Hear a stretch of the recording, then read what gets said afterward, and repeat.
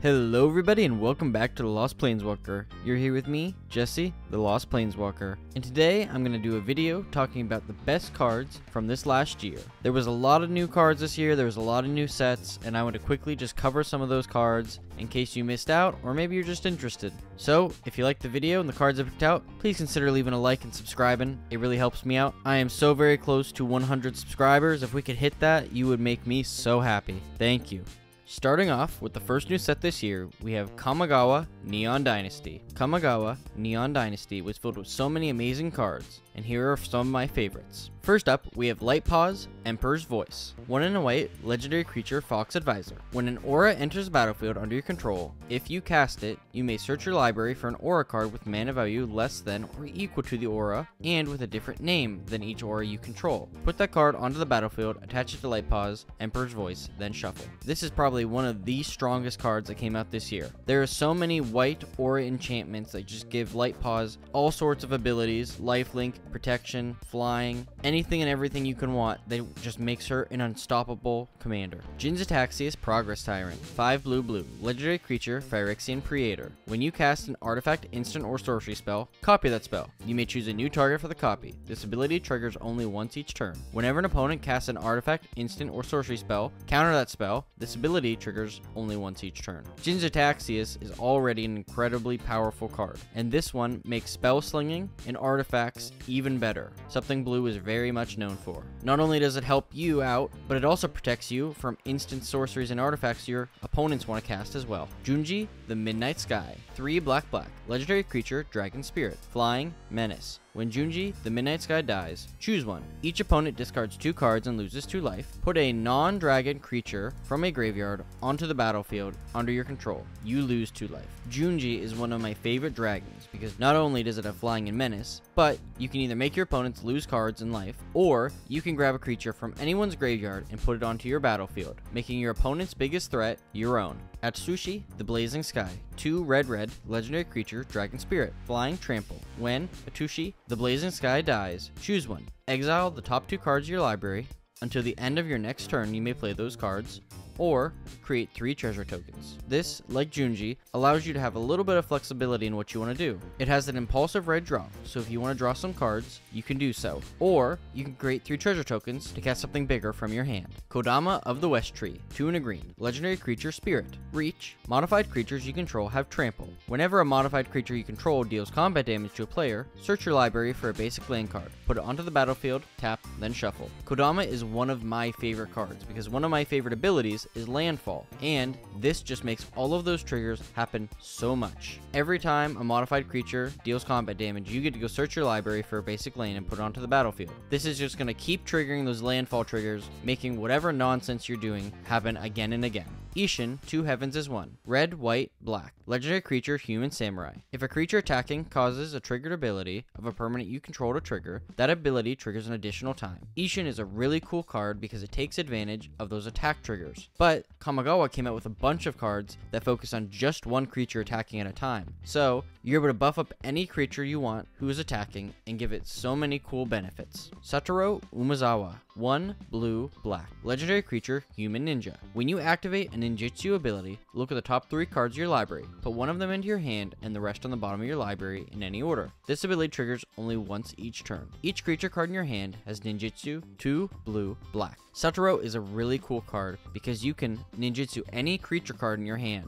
for 2 blue, black. This is really cool because you can take cards that cost 9, 10, 11, the really big ones, maybe even an Eldrazi, and put it right onto the battlefield and swing in and hit your opponents. Not to mention, you can also swing out with a Blightsteel and instantly kill your opponent with infect damage. Our last card from Kamigawa Neon Dynasty is Mirror Box. For 3 mana, it's an artifact. The legend rule doesn't apply to permanents you control. Each legendary creature you control gets +1/+1. Each non-token creature you control gets +1/+1 for each other creature you control with the same name as that creature. Mirror Box is really neat because it means the legend rule doesn't apply. So copying legendary creatures in your commander actually buffs your team instead of you having to get rid of them. I can't wait to see some really cool decks that use Mirror Box to take advantage of copying their commander and getting amazing value. The second major set released this year was Streets of New Capenna. This set was based around all sorts of factions dealing with these 5 mobster heads that run the city. Our first card is Giada, Font of Hope. 1 in a white. Legendary creature Angel. Flying Vigilance. Each other angel you control enters the battlefield with an additional +1/+1 counter on it for each angel you already control. And you can tap it to add a white, spend this mana only to cast angel spells. Giada is one of the most powerful angels I've ever come across. For only 2 mana, she pumps your angels, has flying and vigilance, and gives you mana to spend on angels. White has a really hard time ramping, and I can't tell you how many times with this as my commander I've been able to play angels out of my hand that I otherwise couldn't. You can build so many cool strategies with this that you can plop down angels, gain life, and become an unbeatable threat. Ledger Shredder, 1 in a blue, creature, bird advisor. Flying. When a player casts their second spell each turn, Ledger Shredder connives. Ledger Shredder is a really cool card, and personally, I've been playing it in a ton of different formats. It not only lets you churn through your deck to find those cards you need, but it also buffs itself, making it a larger threat that you can either use to block or attack with. Angel of Suffering, 3 black,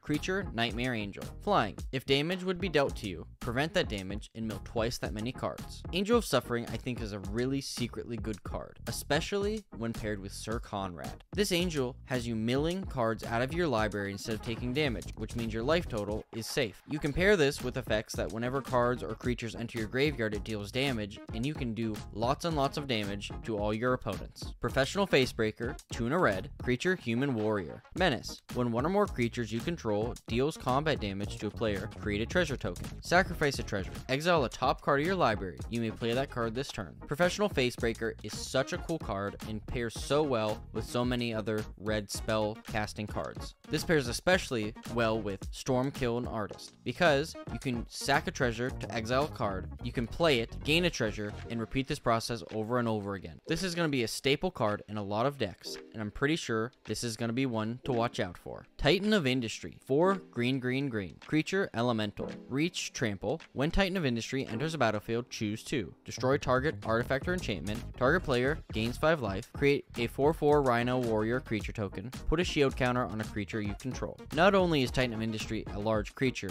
but when it enters a battlefield, you can choose 2 of its abilities and really help you out in whatever way you need. My friend plays this on a Reanimator deck, and I just can't get over the value he gets every time he sacks it and then reanimates it. Jetmir, Nexus of Revels. 1 red, green, white. Legendary creature, Cat Demon. Creatures you control get +1/+0 and have vigilance as long as you control 3 or more creatures. Creatures you control also get +1/+0 and have trample as long as you control 6 or more creatures. Creatures you control also get +1/+0 and have double strike as long as you control 9 or more creatures. Jetmir was one of those creatures that when I first played against it, I thought, how bad could it be? And to answer that question, very bad. Jetmir works so well with all of those token synergies that green, white, and red are all really good at. There are so many different ways you can build around this commander, but whatever you do, by the time you get 9 creatures on the board, they're going to have +3/+0, vigilance, trample, and double strike, which is going to make them so hard to deal with. The only way to play against this commander is to just play board wipe synergy, which isn't going to win you the game. Obnixilis, the Adversary, 1 black, red. Casualty X. This copy isn't legendary and has a starting loyalty of X. +1, each opponent loses 2 life unless they discard a card. If you control a demon or devil, you gain 2 life. -2, create a 1/1 devil creature token that says, when this creature dies, it deals 1 damage to any target. And -7, target player draws 7 cards and loses 7 life. When Omnixilis first came out, it was going for a lot of money and people were trying to use him any way they can. While the excitement around him has died down, I think he's still a very cool card. He's in Rakdos colors, which means if you're playing a Rakdos deck that revolves around sacrifice, Casualty is perfect. Put a big creature out there or some smaller creatures, sack them, get a copy of Omnixilis, and you can activate 2 planeswalkers instead of just 1. His tick down ability is also super strong. Target player draws 7 cards and loses 7 life, is the exact same as Grizzlebrand, and that card is banned in Commander for good reason. And lastly, we have Luxior, Giada's Gift. For just 1 mana, it's a legendary artifact equipment. Equipped creature gets +1/+1 for each counter on it. Equipped permanent isn't a planeswalker and is a creature in addition to its other types. Equipped to a planeswalker for 1 or equipped for 3.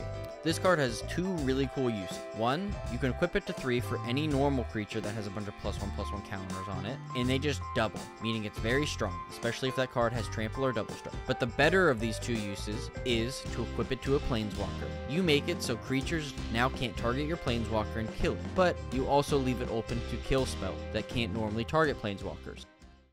During the middle of this year, we went back to D&D for Commander Legends Battle for Baldur's Gate. While this set wasn't as thrilling as the original Commander Legends set, it has some really cool cards that I think could be very good in any of your decks. First off, we have Battle Angels of Tyr, 2 white creature Angel Knight with flying and myriad. When Battle Angels of Tyr deals combat damage to a player, draw a card. If that player has more cards in hand than each other player, then you create a treasure token. If that player controls more lands than each other player, then you gain 3 life if that player has more life than each other player. One of my favorite abilities of this is the card draw. White has very few ways of card draw, and this myriad ability is basically going to allow you to draw cards each turn. Displacer Kitten, 3 blue, creature cat, avoidance. When you cast a non-creature spell, exile up to 1 target non-land permanent you control. Then return that card to the battlefield under its owner's control. Displacer Kitten is a very powerful card, and it pairs so well with so many other cards. Not only does it blink a creature back to your battlefield, but you can abuse its ability to make some disgusting combos that are going to help you win the game. Pact Weapon, 3 and a black, artifact equipment. As long as Pact Weapon is attached to a creature, you don't lose the game for having 0 or less life. Whenever equipped creature attacks, draw a card and reveal it. That creature gets +X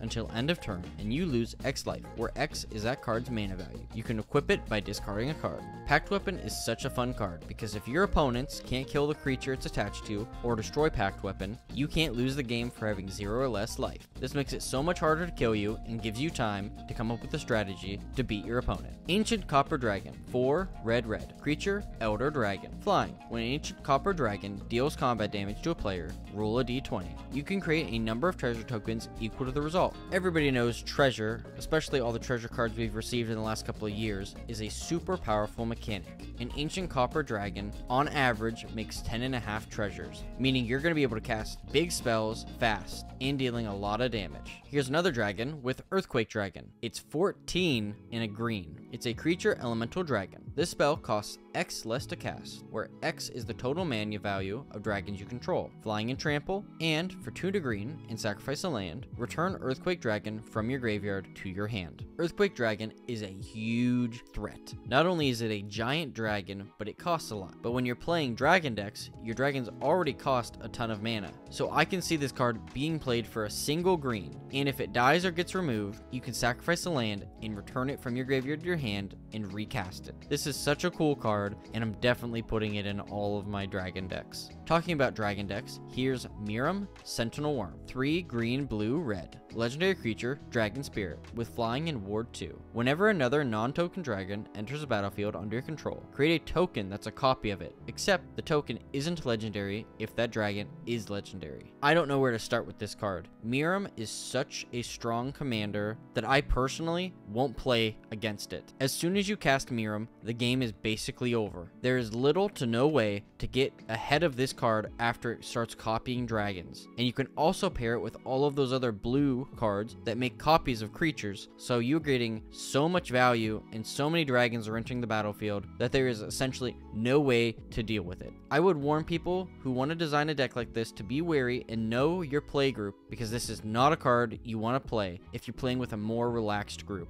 Minsk and Boo, Timeless Heroes, 2 red and a green. Legendary Planeswalker, Minsk. When Minsk and Boo, Timeless Heroes, enters a battlefield, and at the beginning of your upkeep, you may create a Boo, legendary 1/1 red hamster creature token with trample and haste. You can take them up for 1 to put 3 +1/+1 counters on up to 1 target creature with trample or haste. -2, sack a creature. When you do, Minsk and Boo, Timeless Heroes deals X damage to any target, where X is this creature's power. If the sacrificed creature was a hamster, draw X card. Minsk and Boo, Timeless Heroes can be your commander. D&D came out with some really cool planeswalkers that you can play as your commander, and Minsk and Boo is an awesome one. Minsk and Boo can be paired with so many other +1/+1 synergy cards that make Minsk, when entering the battlefield and putting counters on him, a huge threat every turn. You can also pair this card with the Ozolith, so whenever Boo dies, or you throw him or sack him or whatever, those counters get moved off, and then at the beginning of your combat, you can move them back onto Boo, making him a huge threat. Minsc & Boo is also a very powerful card and can be really interesting to build around. Merkle, Lord of Bones. 4 white, black, green. Legendary creature, God. As long as your life total is less than or equal to half your starting life total, Merkle, Lord of the Bones, has indestructible. When another non-token creature you control dies, you may exile it. If you do, create a token that's a copy of that card, except it's an enchantment and loses all other card types. There are so many cool cards you can pair with Merkle that can make it almost impossible for your opponents to beat you. Enchantments are one of the hardest permanents to remove from the board, and Merkle can turn any of your creatures into those, allowing you to get value off of them. The best kind of cards to pair with Merkle are ones that have static abilities that will help all your other creatures on the board. Merkle is expensive to cast though and can make it hard to get out.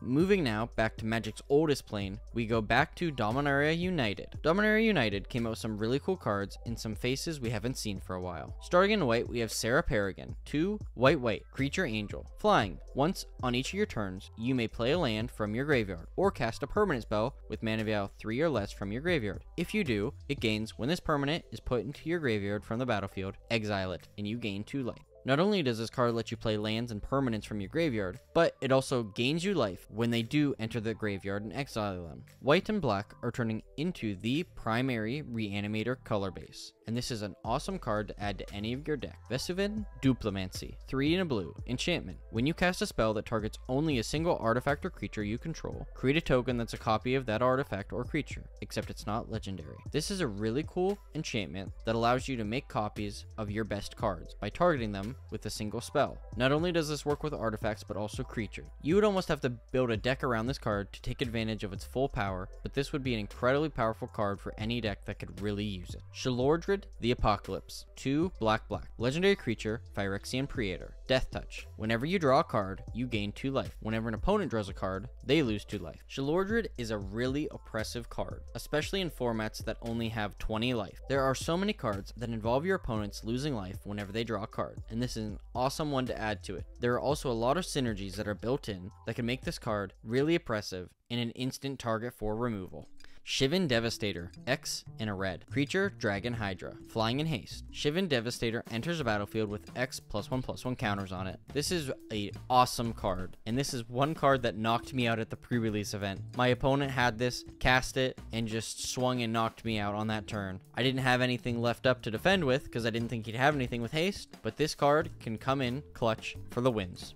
Defiler of Vigor, 3 green. Creature, Phyrexian Worm. Trample. As an additional cost to cast green permanent spells, you may pay 2 life. Those spells cost X less to cast if you paid the life this way. Only the amount of green mana you pay. Whenever you cast a green permanent spell, put a +1/+1 counter on each creature you control. This, in my opinion, is the most powerful of the defilers they made for this set. Being able to reduce the amount of mana you spend is going to let you cast more green permanents, and those permanents are going to put counters on all of your creatures, making your board really big and hard to beat. Joda, the Unifier. White, blue, black, red, green. Legendary creature, Human Wizard. Legendary creatures you control get +X/+X, where X is the number of legendary creatures you control. Whenever you cast a legendary spell from your hand, exile cards from the top of your library until you exile a legendary non-land card with lesser mana value. You may cast that card without paying its mana cost. Put the rest on the bottom of your library in a random order. Legendary Tribal has never been so good. Joda buffs all of your legendary creatures for all of the other legendary creatures on the board, and you have so many options to choose from. Also, whenever you cast a legendary spell, you're basically cascading into another legendary spell, making your creatures even bigger. Timeless Lotus, 5 colorless mana. Legendary artifact, Timeless Lotus enters the battlefield tapped, but it taps for white, blue, black, red, green. Throughout Magic's history, Lotuses have been one of the best ways to get mana, and Timeless Lotus is no exception. There are so many cards that rely on you having Wooburg to cast them, or to activate their abilities, and this is the perfect card because it taps for all of those for you to use. Weatherlight Completed, 2 mana. Legendary Artifact Vehicle, Flying. As long as Weatherlight Completed has 4 or more Phyresis counters on it, it is a Phyrexian creature in addition to its other types. Whenever a creature you control dies, put a Phyresis counter on Weatherlight Completed. Then, draw a card if it has 7 or more Phyresis counters. If it doesn't, scry 1. This card is so good in any deck that revolves around sacrificing or having a lot of little creatures. Not only do you get a flying 5/5 creature for 2 mana, but it lets you scry cards and eventually you just start drawing them, turning little token creatures into card draw and massive advantage. The last set of the year takes a look at the past, going all the way back to the time of the Brothers' War. The Brothers' War was a huge event in the Magic universe, and this was such a cool set. I was a huge fan of this book, and when I heard they were going to make a set about it, I got so excited. The first card we have is Myrel, Shield of Argive, 3 in a white. Legendary creature, human soldier. During your turn, your opponents can't cast spells or activate abilities of artifacts, creatures, or enchantments. Whenever Myrel, Shield of Argive attacks, create X 1/1 colorless soldier artifact creature token, where X is the number of soldiers you control. There are so many cool ways you could build around this card. Not only can you build around the soldier synergy, or the artifact, or the token synergy, but it also prevents your opponents from casting spells, activating abilities of artifacts, creatures, or enchantments on your turn, basically giving your board semi-hexproof, preventing your opponents from messing with you on your turn. 1 with the multiverse, 6 blue enchantment. You may look at the top card of your library anytime. You may play lands and cast spells from the top of your library. Once during each of your turns, you may cast a spell from your hand or the top of your library without paying its mana cost. 1 with the multiverse is an expensive card, but I think in the right deck it can be very, very good. One of the things that these blue cards that let you look at the top of your library and cast spells that they don't normally let you do is also play lands. A lot of the times when I have an effect like this on the board, I'll be playing cards off the top of my library and I'll get stuck at a point where there's a land on top and there's nothing I can do. This lets you play that land, which is something blue is not known for. Usually that's a green thing. Continue to let you dig and hopefully get some really powerful stuff out of your library. It also lets you cast spells for free once per turn, which is an amazing ability and can really pay for this card very fast. Gix, Yawgmoth Predator, 1 black. Whenever a creature deals combat damage to one of your opponents, its controller may pay 1 life. If they do, they draw a card. 4 black. Discard X card. Exile the top X cards of target opponent's library. You may play lands and cast spells among the cards exiled this way without paying their mana cost. Gix, in my opinion, felt like a made-for-commander card. Not only does it encourage your opponents to swing at each other to draw cards, but Gix slowly drains the board, dealing a lot of damage that your opponents will just justify as being able to draw more cards. You can also use his second ability to play a ton of things at once, and if your opponents are playing really powerful synergies or tribal decks, you can cast those spells and become a big threat using their own cards. Draconic Destiny, 1 red. Enchantment Aura. Enchant creature. Enchanted creature gets +1/+1 and has flying and haste. And for 1 generic mana, this creature gets +1/+0 until end of turn. It's a dragon in addition to its other types. When enchanted creature dies, return Draconic Destiny to its owner's hand. This is such a cool card because it turns any creature you have into a dragon. But one of the most amazing things about this card is that for a generic mana, you can pump your creature just like fire breathing. This is so strong because if you're playing decks that can generate a lot of mana, you can play this, pump a creature, and instantly knock out your opponent. It also has the added benefit that if this creature would die, you return it to your hand and you can do it again next turn. Awaken the Woods, X green. Sorcery, create X 1/1 green forest dryad land creature token. This is one of the standout cards from this set because of all of the landfall triggers you can activate by creating a ton of forest dryad land creature tokens. Cards like Scoot Swarm are gonna pop off and you're gonna get so many copies and overwhelm your opponents that the game is basically gonna be over. Landfall is becoming a better tribe with every new set that releases, and this is a card that must go in every landfall deck. The last 3 cards I want to briefly talk about are Titania, Voice of Gaia, Mishra, claimed by Gix, and Urza, Lord Protector. These 3 cards all merge with another card to create a powerful merge card. These cards can create great value